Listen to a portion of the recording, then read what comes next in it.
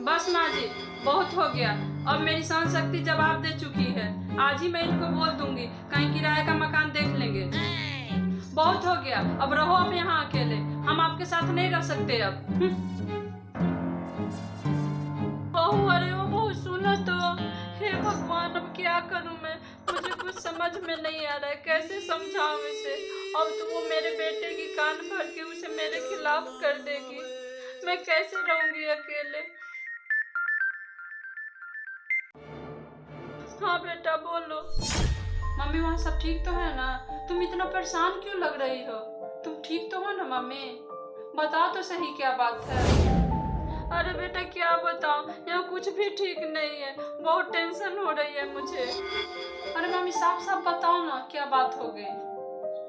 अरे बेटा, तेरी भाभी इस घर को छोड़कर जाना चाहती है। वो मेरे साथ नहीं रहना चाहती। बोल रही थी किराए का मकान देख लूंगी। मेरी तो वो एक भी बात सुनना समझना ही नहीं चाहती। अरे ये क्या बात हुई? वो ऐसे कैसे कर सकती हैं? उनका दिमाग खराब हो गया है क्या? भाभी को अभी फोन दो, मैं उनसे बात करती हूँ। अरे बेटा, मेरा तो दिमाग ही काम नहीं कर रहा है। अगर वो यहाँ से चली जाएगी तो मैं यहाँ अकेले किसके सहारे रहूंगी? अब बिल्कुल भी चिंता मत करो मम्मी, मैं थोड़ी देर में वहाँ पहुँचती हूँ। आप परेशान मत हो, मैं सब ठीक कर दूंगी। हे भगवान, अब मैं क्या करूँ? मुझे कुछ समझ में ही नहीं आ रहा है। मम्मी, आप ठीक तो हो ना? अरे बेटा, आ गई तू? भाभी, भाभी कहाँ गई आप? भाभी, ये क्या सुन रही हूँ मैं? आपका दिमाग खराब हो गया है क्या? कम से कम माँ के बारे में तो सोचो। मेरी माँ ने क्या कमी छोड़ी है जो आपने इतना बड़ा फैसला ले लिया? दीदी, आप इस मामले में ना ही पढ़ो तो ज्यादा अच्छा है। अरे क्यों ना पढ़ूं मैं इस मामले में? आपने अचानक से इतना बड़ा फैसला ले लिया और मैं कुछ न बोलूं? आखिर मैं भी इस घर की बेटी हूँ, मेरा भी हक बनता है इस घर पर। अरे बेटा, अब तू ही समझा इसे। मेरी बात तो ये सुनने के लिए तैयार ही नहीं है। मैं तो समझा समझा कर हार चुकी हूँ। वाह मम्मी जी, अब इतनी भी नादान मत बनिए आप। सारा किया कराया तो आप ही का है। अरे ऐसा क्या कर दिया मैंने? मम्मी जी, मैंने तो कभी सपने में भी नहीं सोचा था कि ये घर छोड़कर मुझे एक दिन जाना पड़ेगा, पर आपने मजबूर कर दिया मम्मी जी। आपको तो बस मेरे हर काम में कमी ही निकालनी होती है। मैं चाहे कितना भी मन से करूं, पर आपके मुंह से मेरे लिए तो तारीफ का एक शब्द भी नहीं निकलता। हर बात पर आपका रोकना टोकना इतना बढ़ गया। अरे बर्दाश्त करने की भी एक सीमा होती है, आखिर मैं भी एक इंसान हूँ। पता है दीदी, इस घर में ना तो मैं अपने पसंद का खाना खा सकती हूँ, ना ही अपने पसंद के कपड़े पहन सकती हूँ। यहाँ तक कि बाजार से एक छोटा सा सामान भी खरीद कर नहीं ला सकती। दीदी, अगर बार बार मुझे ये जताया जाए कि ये घर तुम्हारा नहीं है, इस घर में तुम अपनी मर्जी से कुछ नहीं कर सकती, तो आप ही बताइए दीदी, मैं क्यों रहूँ इस घर में? अरे बेटा, मैं तो इसे समझाने के लिए बोल रही थी। अब तू ही बता बेटा, मेरा कोई हक नहीं बनता बहू पर कि मैं इसे कुछ समझा सकूं? भाभी, अब क्या मम्मी का इतना भी हक नहीं बनता कि आपकी गलती पर रोक टोक लगाए या आपको समझाए? हाँ दीदी, मैं क्यों मना करूंगी, ये रोक टोक करें, पर हाँ तभी जब मेरी गलती हो। ये तो बिना कारण ही मुझ पर रोक टोक लगाते रहती हैं, और मैंने घर से जाने का फैसला कोई अचानक से नहीं लिया। इनकी रोज रोज की किचकिच से परेशान होकर ये फैसला मुझे लेना पड़ा।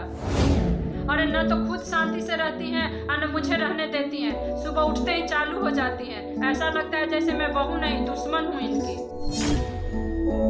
अब तो ये सब मेरे बर्दाश्त के बाहर हो गया है, और इनकी वजह से मैं सारा दिन परेशान रहती हूँ, और मेरी वजह से ये। इससे अच्छा है कि मैं घर छोड़कर चली जाऊँ और हम दोनों अलग अलग रहें। अरे बेटा, अब तू ही बता, मैंने इसके साथ ऐसा क्या गलत कर दिया? मेरे तो कुछ समझ में ही नहीं आता। देखिए भाभी, आपसे अच्छी तरह से मम्मी को मैं जानती हूँ। आपकी किस्मत अच्छी थी कि मेरी मम्मी जैसी आपको सास मिली। भाभी, अब आप ही बताओ, सास और बहू अलग अलग रहेगी तो अच्छी लगेगी क्या? आपको पता भी है, रिश्तेदारों को पता चलेगा, समाज में बात फैलेगी तो क्या इज्जत रह जाएगी हमारी? हाँ दीदी, आप तो बहुत बड़ी बड़ी बातें कर रही हो, पर आप बताओ, आप क्यों अलग हो गई अपनी सास से? आपकी सास भी तो बहुत अच्छी थी। दीदी, अब क्यों बोलती बंद हो गई आपकी? मेरी सास के तो हाथ पांव चल रहे हैं, सही सलामत हैं, पर आपकी सास तो बेचारी बीमार रहती हैं। पर आप क्यों अलग हो गई उनसे? भाभी, बिना सोचे समझे मत बोलिए आप। आपको क्या पता कैसी है मेरी सास? मैं ही जानती हूँ इतने दिन कैसे झेला है मैंने उन्हें। अगर आपको पूरी बात पता ना हो तो मत बोला करो। अगर मेरी सास अच्छी होती ना तो मैं उनसे कभी अलग नहीं होती। उन्होंने तो मेरा जीना हराम कर दिया था उस घर में। मजबूरन मुझे उस घर को छोड़ना पड़ा।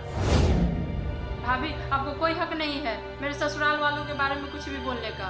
और हाँ, मेरे लाइफ में ज़्यादा दखल अंदाजी मत किया करो। मेरी जैसी मर्जी मैं वैसा करूँगी, समझे आप? तब तो दीदी आपको भी मेरी लाइफ में दखल अंदाजी नहीं करनी चाहिए। ये तो मेरी अपनी लाइफ है, मैं अपने घर में कुछ भी करूँ, आपको क्या। लेकिन भाभी आप ये मत भूलो, जितना हक आपका इस घर में है उतना मेरा भी है। मैं इस घर की बेटी हूँ। और हाँ, आप मेरी माँ के साथ गलत करोगी तो मैं नहीं बोलूँगी क्या आपको? देखो भाभी, अगर आप मेरी मम्मी के साथ कुछ गलत करोगी तो मैं चुप नहीं रहने वाली, समझिए आप। दीदी, मैं आपको बोलने के लिए मना नहीं कर रही हूँ, पर जहाँ सही हो वहाँ बोलिए। जिस बारे में आपको पता ना हो वहाँ क्यों बोलना। और हाँ बेटियां ना मायके में वकालत करती हुई अच्छी नहीं लगती। आप आइए, अच्छे से रहिए, इसमें क्या दिक्कत है। और हाँ, पहले अपना देखिए फिर बाद में ज्ञान बांटिए। खुद के सास का तो ख्याल रखा नहीं जाता और मुझे उपदेश देने आ गई। भाभी, अगर मेरी सास का व्यवहार मेरे प्रति अच्छा होता ना तो मैं भला उनसे अलग क्यों होती। वाह दीदी, आप खुद तो अपनी सास से अलग हो गई और मुझे मना कर रही हैं कि मेरी माँ बहुत अच्छी है। आप बहुत किस्मत वाली हो भाभी कि मेरी माँ जैसी सास मिली। मेरी एक बात कान खोलकर सुन लो दीदी, आपकी माँ एक अच्छी माँ जरूर होंगी पर एक अच्छी सास बिल्कुल भी नहीं। अगर ये मुझ पर थोड़ा भी भरोसा करती, मेरी बातों को समझती तो मैं इनसे कभी अलग नहीं होती। दीदी, मैंने जितना इनको बर्दाश्त किया है ना, इनकी कड़ी बातें सुनी है ना, उतना तो आपने कभी भी नहीं सहा होगा।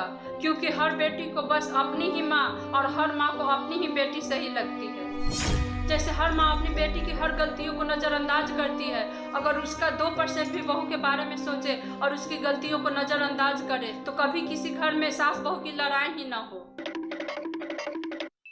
बहू, मुझे अपनी गलतियों का एहसास हो गया है। एक मौका दे दे बहू, अब से मैं तेरे साथ ऐसा गलत व्यवहार कभी नहीं करूँगी। माँ समझ कर ही एक मौका दे दे बहू, दे दे।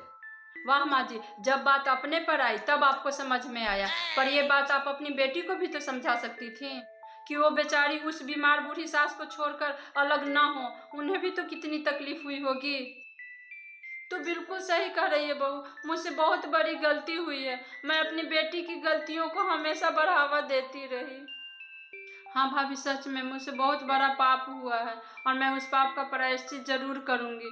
मैं अपनी सासू माँ को अपने घर लेकर आऊँगी और उनकी खूब सेवा करूँगी।